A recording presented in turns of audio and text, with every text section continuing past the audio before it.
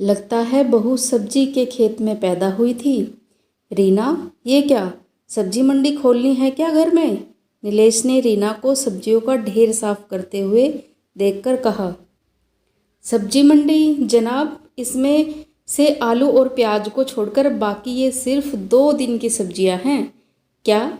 नीलेश ने लगभग चीखते हुए कहा।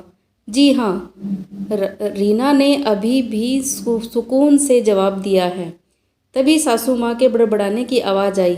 अरे, ऐसे ही तो उड़ा रही है मेरे बेटे की कमाई को। लगता है जैसे मायके से 2-4 बीघा खेत लिखा कर लाई है। सब्जी के खेत में ही पैदा हुई है महारानी जी। रीना ने सांस भरते हुए कहा। फिर स्टार्ट हो गया मम्मी जी का रेडियो। अब फुर्सत आधे घंटे के लिए। लेकिन रीना, क्या वाकई ये सिर्फ 2 दिन की सब्जी है? जी हाँ पतिदेव, और यकीन मानिए मुझे इसमें से मुश्किल से कोई एक ही सब्जी मिलेगी खाने को। मतलब सुनिए, ये करेले का जूस सुबह सुबह पापा के लिए, चुकंदर, टमाटर, पुदीना, आंवला और अदरक का मिक्स जूस ननद के लिए, रानी की ग्लोइंग स्किन के लिए, बैंगन और कद्दू आपके फेवरेट, शिमला मिर्च, बीन्स, पत्ता गोभी, पोहा या चिल्लो में डालने के लिए, नाश्ते के लिए, टमाटर, प्याज, हरी मिर्च, धनिया सभी में पड़ता है लगभग। और दाल बिना पापा का पेट नहीं भरेगा। बच्चों को आलू चाहिए और मेरे लिए कभी सिर्फ सब्जी बचेगी या फिर दाल या फिर सिर्फ चटनी। ये जो मम्मी जी मुझ पर इतना चिल्ला रही है, अगर इनकी थाली में 2 से कम सब्जियां हुई तो ये थाली को हाथ भी नहीं लगाएंगी। और ये सारे काम सब्जियां खरीदने व साफ करने समेत मैं करूँगी, क्योंकि सब्जी के खेत में पैदा हुई हूँ ना। रीना ने फीकी मुस्कान व उदास आंखों से कहा।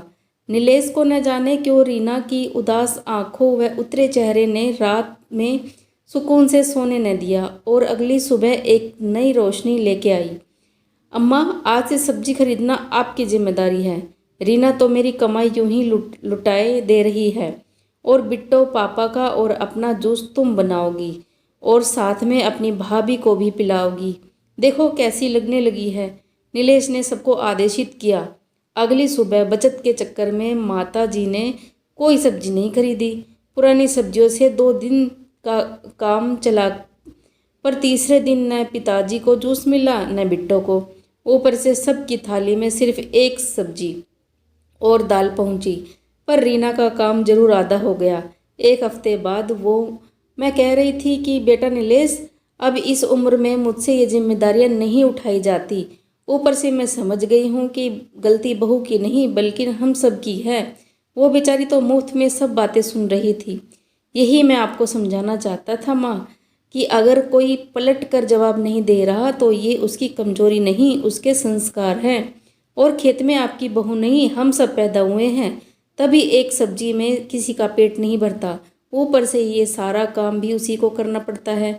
हाँ भैया, आज से सब्जी लाने और साफ करने का काम मैं करूँगा, देवर ने कहा। जूस और नाश्ता मैं बनाऊंगी, ननद बोली। सब्जियां मैं काटूंगी, मम्मी जी ने कहा। और घर में रोज किसी एक के पसंद की सब्जी और दाल बनेगी, ताकि बजट भी ना बिगड़े और किसी को अतिरिक्त मेहनत भी ना करनी पड़े।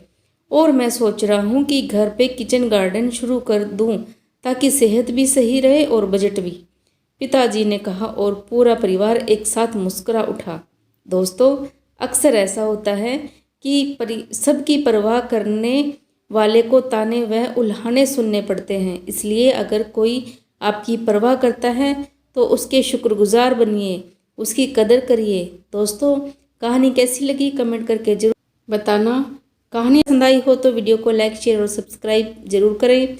चैनल पर नए हो तो चैनल को सब्सक्राइब करना बिल्कुल ना भूलें। कहानी सुनने के लिए आपका बहुत बहुत धन्यवाद।